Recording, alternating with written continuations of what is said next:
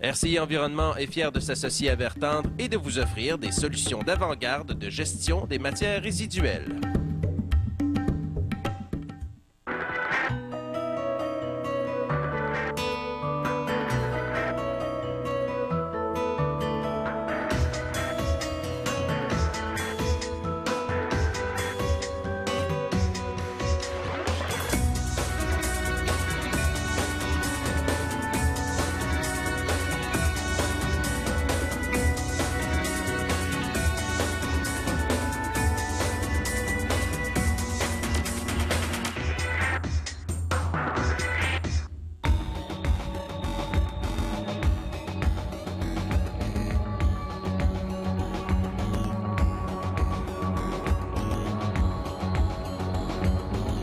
Un centre d'épuration d'eau, il n'y a rien de plus normal dans une grande ville. Et en plus, ici à Montréal, on est une des plus grandes au monde dans la station JR Marcotte. Peut-être pas de quoi faire une carte postale, mais bon. Sauf que des eaux usagées, ça cause des problèmes. Et pas juste quand c'est versé directement dans l'environnement, mais aussi avec ses odeurs. Et c'est un peu ce qui est arrivé ici en 1998.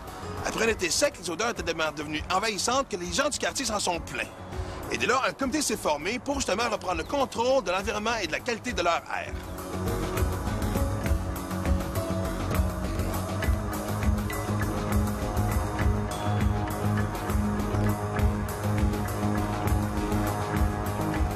Merci de nous accueillir dans le centre nerveux de la station. Si on retourne en 98, on se réveille un matin, il y a un problème. Si on y allait avec la chronologie des événements, qu'est-ce qui s'est passé en premier? Bon, en fait, en démarrant la station d'épuration, c'est un démarrage qui s'est fait plutôt de façon graduelle. Fait que ça, tranquillement, pas vite, on interceptait de plus en plus d'eau usée provenant de tout le territoire de l'île. On a commencé par le versant nord, qui est un eau qui est pas tellement chargée, pas tellement odorante. Puis au fur et à mesure, on captait de plus en plus d'eau du versant sud, qui, elle, est un petit peu plus chargée, plus odorante, parce que là, tu as de l'industrie, tu as de l'agroalimentaire, tu as un paquet de choses comme ça. OK, je pensais que la diète des gens était différente. Fait qu'en 98, on commençait à avoir une soupe pas mal complète là, ici à la station. On appelle ça comme ça. Oui, soupe. Par contre, disons que les années qui ont précédé 98, les années 96-97, ont été des années pas tellement chaudes au point de vue température. Et en 98, combinaison parfaite, toutes les eaux usées interceptées, année caniculaire, l'année très, très chaude, les odeurs se développent. Nous, on est au cœur, on ne les sent pas vraiment, mais nos citoyens à Rivière-des-Prairies, Pointe-aux-Trembles, se mettent à sentir ça. Ils n'ont jamais senti ça. Ah, nouvelle station d'épuration, c'est eux autres, là, la crise se déclenche. Fait que là, forcément, officiellement, on a un problème qu'il faut régler. Qui a approché qui en premier? En fait, ce sont les citoyens qui se sont plaints via leurs élus, leurs conseillers municipaux, parce qu'il y avait peut-être de la difficulté à nous rejoindre. On est une industrie, c'est pas facile à rejoindre une industrie. Donc, on est approché par, finalement, des élus, des citoyens. Et là, on avait différents scénarios possibles. Quand tu te fais accrocher ou tu te fais approcher pour dire que tu es générateur de problématiques, tu peux adopter différents scénarios. Et celui qu'on a choisi, c'est d'être à l'écoute de nos citoyens, puis de travailler avec eux pour résoudre la problématique s'il y en avait. Et finalement, on s'est aperçu qu'il y en avait.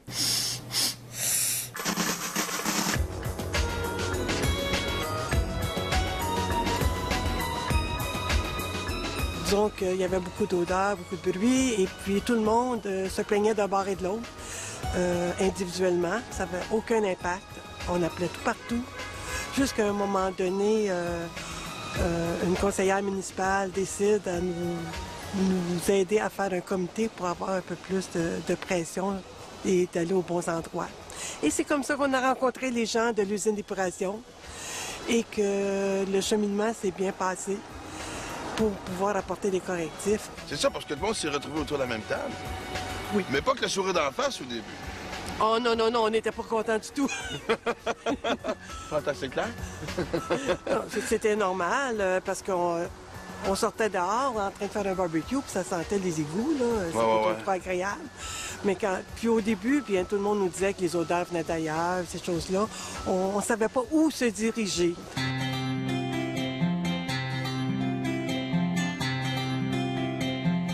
Je travaille dans une usine l'été, puis c'est souvent des rejets de trucs chimiques, de procédés chimiques, puis ouais, c'est ça.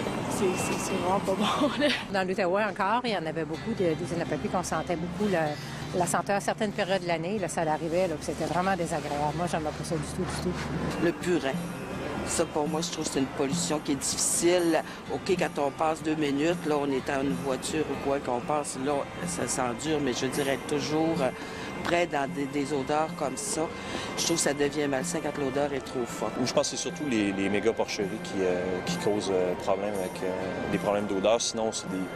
Je veux dire, si ça sent le fumier, c'est pas une odeur qui se compare même à ce que le purin peut sentir. Même la fumée, là, les gens qui fument, là, je passe sur les trottoirs. Je vois que maintenant, c'est interdit de fumer dans les endroits publics, mais les trottoirs, là, tu passes, c'est un endroit public. Tout le monde fume, tu reçois ça en plein face. Moi, personnellement, je ne vivrais pas là-dedans, mais je suis quelqu'un qui vivrait, qui n'a pas le choix de vivre dans un quartier où il y a des odeurs. Mais donc, qu'est-ce que tu veux qu'on fasse? Il faut que ce soit les industries et le gouvernement aussi qui soient capables de légiférer et d'imposer certaines choses.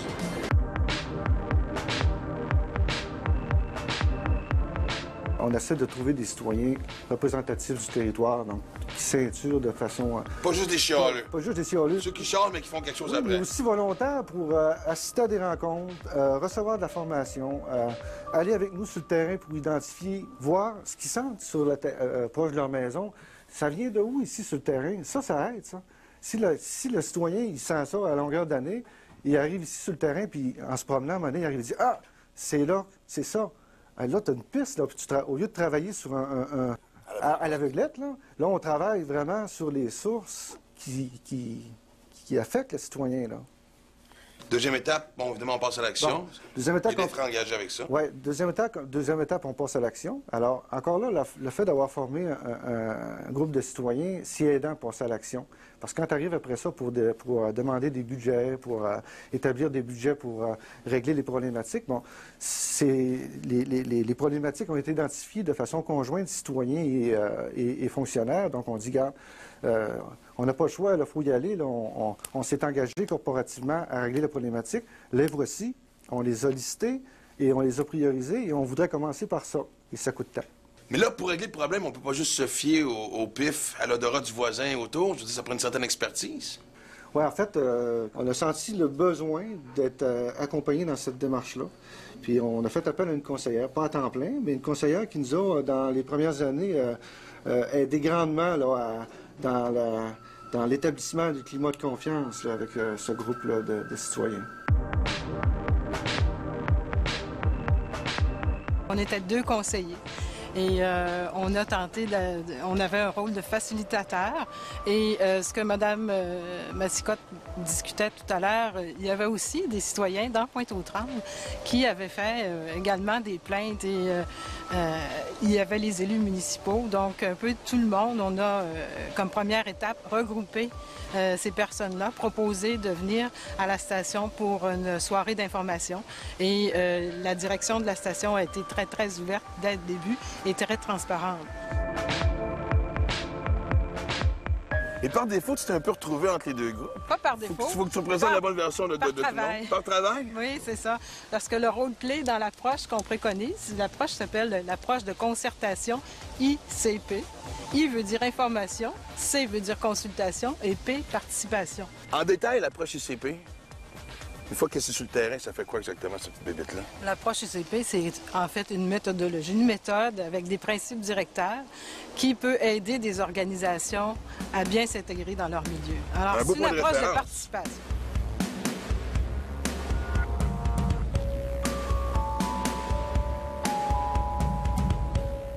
Année après année, nos citoyens, on a maintenu leur intérêt en leur présentant tout ce qui sortait en nouvelle technologie, tout ce qu'on installait. Quand on voulait installer de quoi de nouveau, on les mettait au courant. Voici, l'été prochain, on voudrait essayer ça.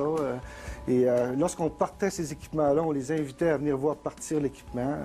Donc, on maintenait une relation, là, année après année. Là, on a grandi ensemble, je dirais, là, dans ce projet-là. Mais évidemment, quand on prend des décisions comme ça, il y a des frais qui vont avec. Et souvent, les compagnies vont avoir peur. Ils vont se dire, bien, on va étudier encore le problème avant de passer à l'action. Ça n'a pas été votre cas? Bon, contrairement peut-être à des compagnies qui vendent de quoi, nous, on est une compagnie de service. Donc, pour nous, traiter l'eau usée et traiter les odeurs, pour nous, c'est la même business.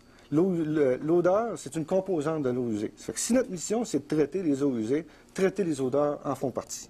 Donc, la question de coût, c'est si tu as de l'argent pour traiter de l'eau usée, il faut de l'argent pour traiter les odeurs. On peut avoir des exemples, justement, de solutions qui ont été avancées à chaque problématique qui a été manifestée? Bon, tout à fait. En fait, rapidement, on s'est aperçu que ça venait, c'était des émissions qui étaient dans l'air. Donc, il fallait installer partout ou à plusieurs endroits, il fallait installer des appareils qui détectaient les odeurs. Il fallait installer à certains endroits, il fallait recouvrir des bassins. Il fallait installer des ventilateurs qui extrayaient l'air, faire passer ça à travers des filtres au charbon, qui a fait en sorte que, en quelques années, là, le taux de plaintes a chuté là, de façon dramatique. Là. Ça a été quand même relativement rapide.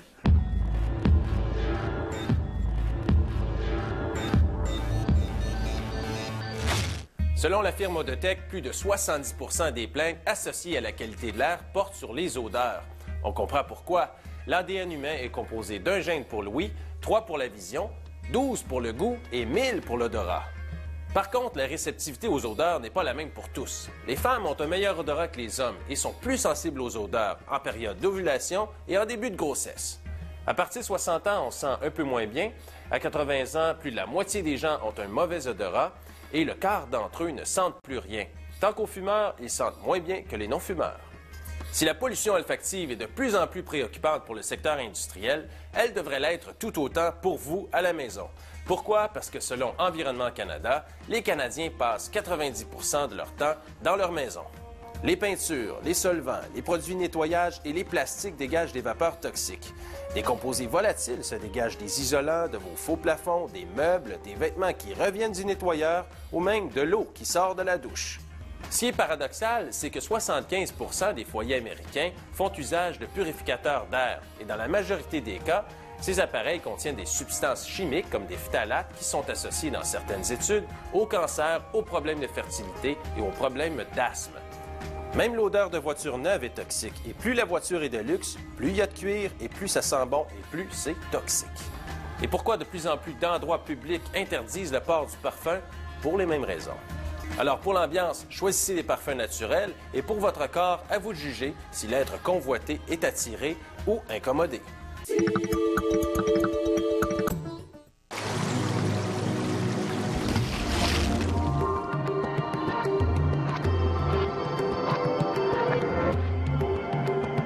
Là, ici, on est vraiment au centre de l'aberration. C'est-tu que ça se passe? Parce que ça peut paraître simple, la récupération des eaux usagées, mais on peut voir de tout ce qui est derrière nous, c'est un processus assez compliqué, non?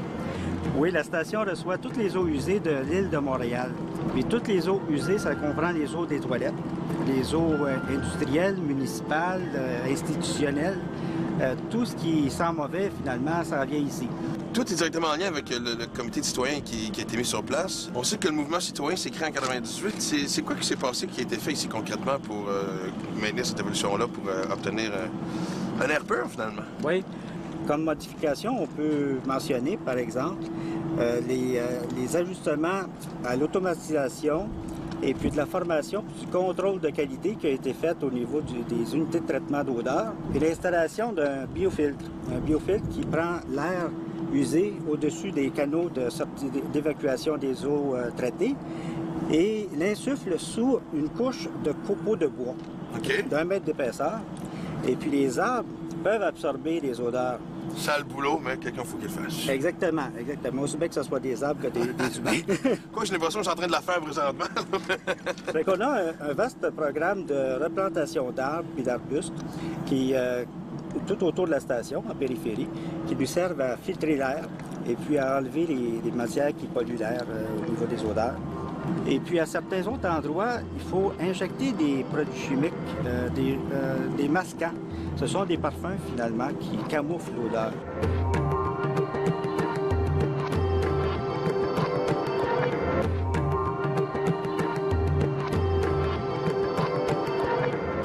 Ici, ça paraît simple comme endroit, mais il y a bien des choses qui se passent derrière nous qui sont peut-être pas aussi évidentes. D'ailleurs, les copeaux de bois dont on parlait tantôt. Exactement.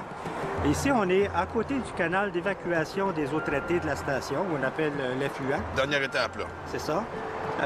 Il y a une chute d'eau qui fait la relation entre le niveau d'eau dans la station puis le niveau du fleuve.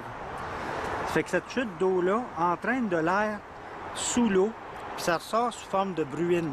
Pour empêcher la bruine de sortir, s'en aller vers l'autoroute ou vers la population, on a recouvert le canal. Mais il faut traiter cette air-là. Fait qu'on aspire l'air dans les gros tuyaux noirs et puis on injecte cette air-là sous les biofiltres, sous les copeaux qui sont ici. Là, j'ai entendu parler d'un nez électronique. C'est-tu vrai, cette affaire-là, au mien? C'est une légende urbaine, là? C'est quoi, ça, un électronique? Un nez électronique, on en a un juste derrière nous. C'est un appareil qui capte les odeurs et puis qui nous en donne l'intensité.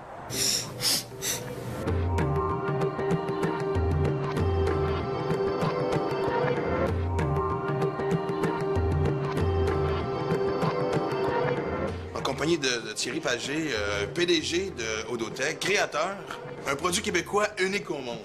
Effectivement, Génial. et qui est installé maintenant un peu partout à travers le monde. Bon, je suis une compagnie, une industrie qui a un problème d'odeur, je t'approche. C'est quoi les étapes? La première étape, ça va être de faire un diagnostic, voir quelles sont les principales sources.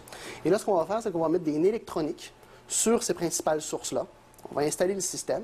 Et puis, après ça, l'opérateur, lui, va avoir en temps réel ses opérations et le panache de dispersion atmosphérique des odeurs. Donc là, il va être alerté quand il va avoir des problèmes d'odeur. À ce moment-là, ils vont être capables, dans certains cas, de réduire leurs problèmes d'odeur sans être obligés de faire des investissements additionnels en coût de traitement des odeurs qui peut être très, très cher.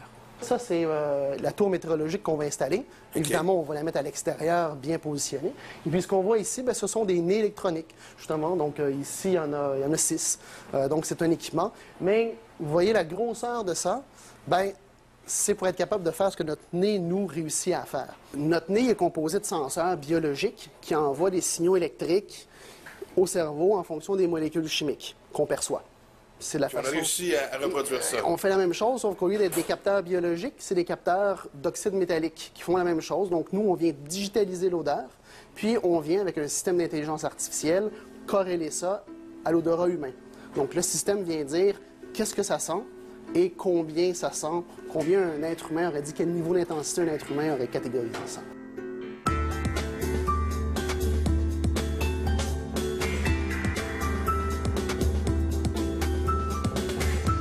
On avait une problématique avec une industrie sur le territoire de Boucherville qui avait beaucoup de problèmes d'odeur. Alors, on a essayé de travailler avec eux pour voir de quelle façon on pouvait régler le problème. Et puis, on s'est rendu compte que finalement, il y avait plusieurs industries sur le territoire qui avaient des problèmes d'odeur. C'était contraignant pour eux et pour nous également. Nos citoyens faisaient beaucoup de pression. Alors, on a rencontré une Odotech qui était spécialisée dans la gestion des odeurs. Et on s'est adjoint avec différentes industries qui avaient une problématique aussi d'odeur. Et on a regardé ensemble de quelle façon on pouvait trouver une solution finalement. Et on en est venu avec une réglementation sur les odeurs, avec une norme plus spécifique, alors qui était plus normatif que subjectif. Parce qu'on sait que les odeurs, pour certains, une odeur peut être très agréable et pour d'autres, ça peut être intolérable. Alors, on est allé cogner à certaines portes d'industrie qu'on savait qu'il y avait des problématiques d'odeur ou qui pouvaient en avoir. Et on leur a demandé si ça leur tentait de collaborer avec nous à voir un peu, définir une norme qui pourrait être viable, autant pour les industries que pour les citoyens. Alors, on a fait un relevé de chacune de ces industries-là pour voir quelles étaient les émanations qui pouvaient être émises.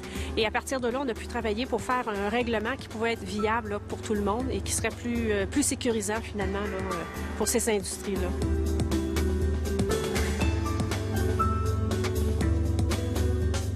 La problématique, c'est qu'on avait une ancienne réglementation sur les odeurs.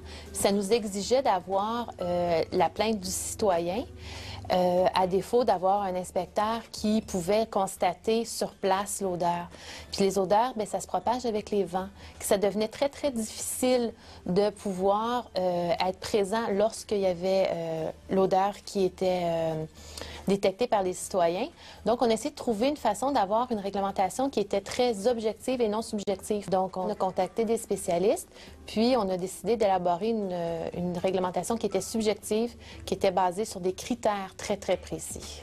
On reçoit la météo en continu et étant donné qu'on a maintenant les relevés de chacune des industries, alors on sait quel type d'émanation qu'il devrait y avoir. Alors on fait une simulation avec le logiciel Odoscan. Alors on sait tout le temps en temps réel s'il y a un panache d'odeur qui est conforme ou non à la réglementation qu'on a adoptée. Alors on va savoir exactement si ça rentre ou non en conformité avec cette réglementation-là. Ce qu'on a appris, c'est qu'il y a des éléments dans les odeurs qui pouvaient atténuer davantage d'autres. Par contre, une industrie peut produire des odeurs qui sont plus ou moins perceptibles, mais par contre, qui vont aller accentuer une autre industrie qui produit d'autres types. Alors, c'est ça qui va venir, qui va faire que on va l'apercevoir finalement, l'odeur. C'est une réglementation qu'on a adoptée tout dernièrement et c'est une première au Québec. Donc, la réglementation a été émise pour approbation auprès du ministère de l'Environnement et du Développement durable. Dès qu'on aura l'approbation du ministère, on va entrer en vigueur notre règlement et on imagine qu'on aura beaucoup de demandes pour avoir le modèle de réglementation comme c'est une première.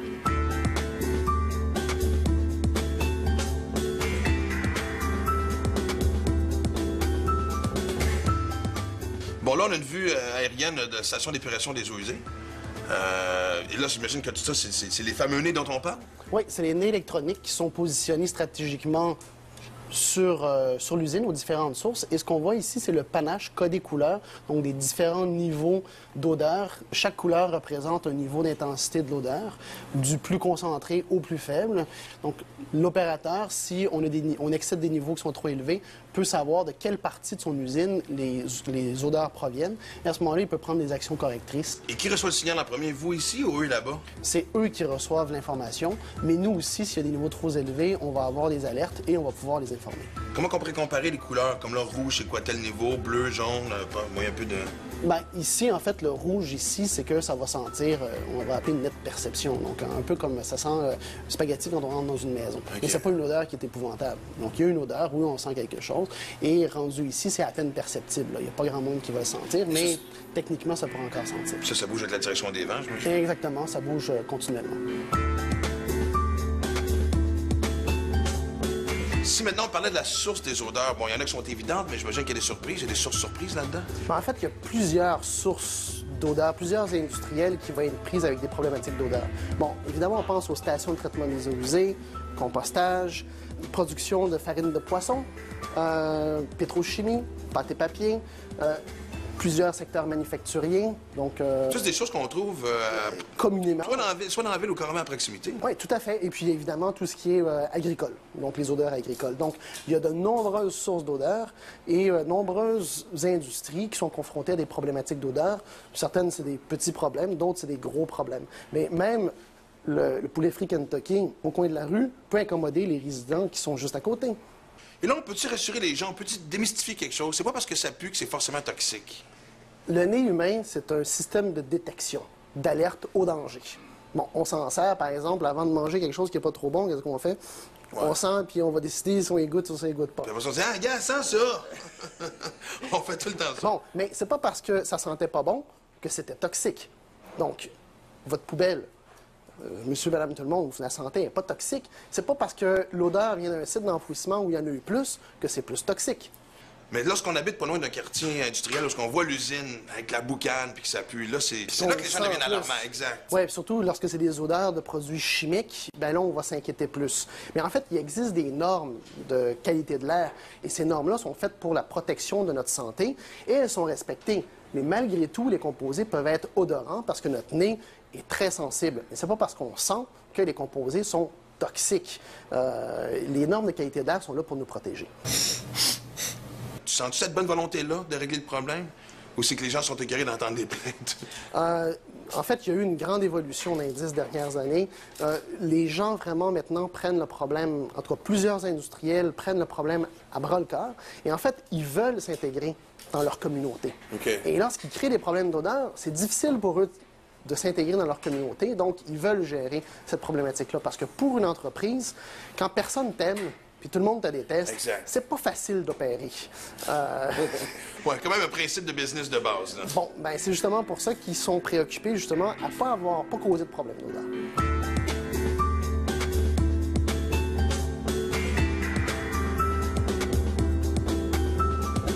Est-ce qu'on a un bon exemple de l'industriel qui peut réussir à cohabiter dans le résidentiel ici présentement? Certainement, on pourrait dire que les industries pourraient s'inspirer de ce modèle pour régler eux aussi des problématiques de même nature avec leur voisinage. Là. Certainement. Là, ça va bien, mais on veut que ça continue à aller bien. Parce qu'à un moment donné, ce qui arrive, c'est que ça va bien, les gens laissent tout tomber, puis là, il faut recommencer à nouveau quand la problématique revient. Mais là, pour l'instant, justement, lorsqu'on parle de problématique, les gros problèmes majeurs sont réglés, là. Ils le sont réglés, oui. Ils le sont, mais de temps en temps, on a des petites odeurs de temps en temps. Moi, on s'aperçoit que c'est soit des bris ou quelque chose. Eux, à l'usine, s'en rendent compte et puis ils apportent les correctifs à mesure. Ça va toujours évoluer comme ça, de toute façon. Non, mais c'est une très belle coopération, là. Elle est très belle, la coopération, puis c'est encourageant de voir quand on est un groupe de citoyens qui commence à pouvoir se prendre en main et de communiquer avec les gens qui causent un petit problème. C'est très facile de communiquer avec eux. Je trouve ça extraordinaire à entendre. Le citoyen est heureux. Et c'est là qu'à la station où on est heureux, on peut même le confirmer que c'est avec Patrice Langevin, avec qui j'ai parlé tantôt. Donc, l'union est faite jusqu'à ce que la mort vous sépare. Embrassez-vous!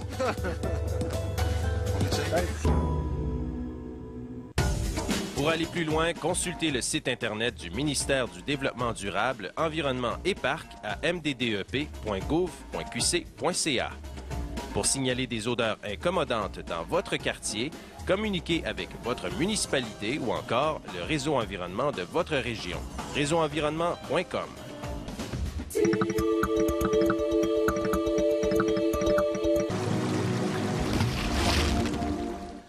Chialer pour chialer est probablement un des plus grands réflexes humains. Chialer trouver une solution, un peu plus compliquée. Chialer passer à l'action, beaucoup plus d'efforts. Mais comme on le voit aujourd'hui, qu'est-ce que vous avez à perdre? Parce que peut-être qu'au bout de la ligne, il y a quelqu'un qui est là pour vous écouter. On se revoit la semaine prochaine.